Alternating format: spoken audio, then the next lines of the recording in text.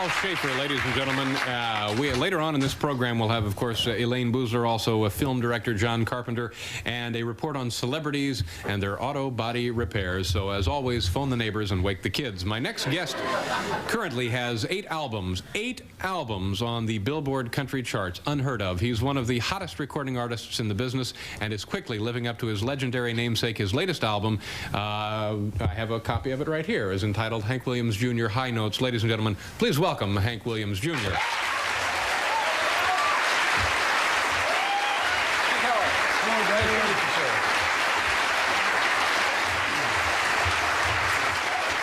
Thank you very much for being here. Now, this let's just get some of this taken care of. 8 albums on the country charts. Has that not been done before? Now, how? I see. Yes. Over what period of time did you record these things and produce them and so forth? Let's see, we recorded the first one in 77. This is 82. It's still on there. Yeah. Now, I'm guessing that there's a pretty good dough in this, huh? Fantastic, Dave. Yeah. Things weren't always fantastic for you, though, were they? No, they weren't. Yeah. Hank Williams Jr., that name gets you started real good in some ways, and it also closes the door in some other ways. Now, we're talking how many years ago did you find that it was a start and also a hindrance? I played my first show when I was 8 years old, recording for MGM at 14.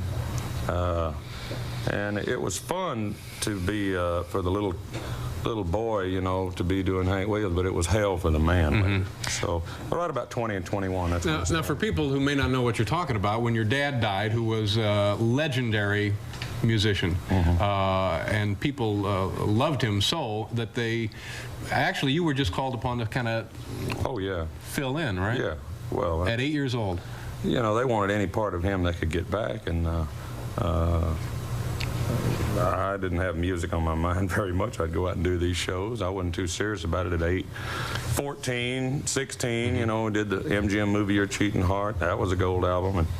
And then after some marriages and divorces and things like that, then it got serious, you know, I started writing some of my own things. Now, whose idea was it to put you out there on stage and start, you were essentially doing your dad's act, right? Oh, it was my idea without a doubt. My mother, you know, I was on the road with her, but I couldn't wait to do it. I've got my 9-year-old boy on this tour. He can't wait.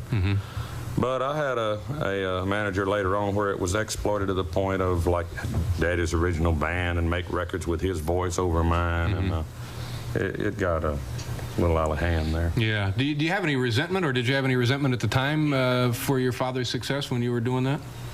Oh, no, not back then. You know, I had him on a pedestal, and I've got a song called Family Tradition. You know, if I get stoned and sing all night long, that's a family tradition. And I would ask Ernest Tubb, what about it, Ernest? Well, yes, son, that's the way it was, yeah. And, I started getting the truth from some of these guys, and that's when it all started for us. You weren't always really well received when you were doing this, were you? No. You start with Sweet Home Alabama at volume 20, you know, and they came to hear You're Cheating Hard, and there's 1,000 there, and 800 left, and 200 stayed, you know. Yeah, but I'm talking about even when you were doing your dad's act, that didn't satisfy people, did it? Yeah, it did. Yeah, it did then. Real good. Yeah, but didn't you suffer some abuse? Didn't satisfy this person. Yeah. Or they'd say, well, sing this song. And I said, well, I don't know that. Well, you little so-and-so your daddy would have. Oh, I see. So I said, well, what would Daddy have said? He would have said, kiss my butt.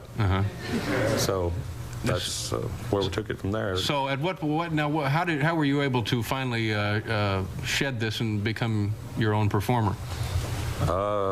Writing songs and doing shows and showing off. Opening for some people like Marshall Tucker Band, the Allman Brothers, Waylon Jennings, to another audience. That's what helped me with Johnny Cash, all my old rowdy friends. Tell me about Falling Off a Mountain. Well, we cut an album called Hank Jr. and Friends, Charlie Daniels, Toy Caldwell, and Chuck Leavell. That's the Marshall Tucker Band and the Allman Brothers, some of the hottest groups back then in '75. Things were opened up. We're going to start doing some shows. We were descending from about 10,800 feet on the Montana-Idaho border. Now, not you and the whole band? No, just me and a rancher and his son. And I went down this mountainside 470 or 80 feet, and from the back of the head and between the eyes, and this is all plastic, this is plastic, no gums, and all of this, and 8 operations. And I thought singing is over, and never look at any ladies again.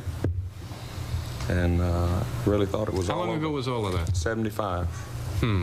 Good heavens. Well, let's dispense with the funny stuff. We'll come back and talk about some real serious things with Hank Williams Jr. after you take a look at this.